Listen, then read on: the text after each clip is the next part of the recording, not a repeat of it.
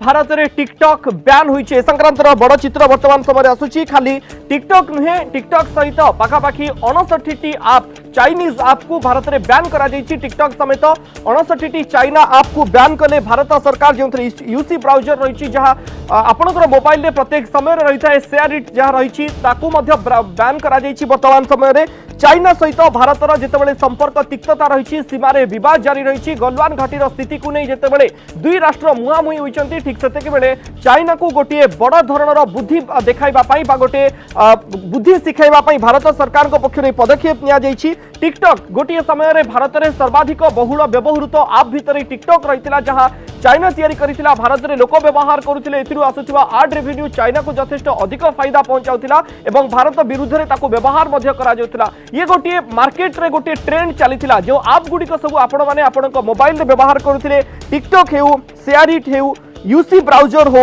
एभली अनेक गुडी लाइक आप वर्तमान समय जो देखिपारे एभली 59टी आप तालिका रही जो 59टी आप को वर्तमान समय बैन करा जाइछि।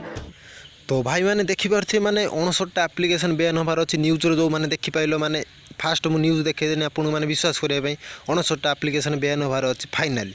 तो देखिपारे पूरा टोटाल लिस्ट मुझे कर कौ को एप्लिकेशन मैंने बैन हम तो या स्क्रीनशॉट मारतु पूरा भलसे देखु मैंने कौ एप्लिकेशन बैन हम कि पबजी बैन होबार ना कि कहीं ना साउथ कोरियार आउ माने ये एप्लिकेशन सब बैन हम देखिपारे ये एप्लिकेशन सब।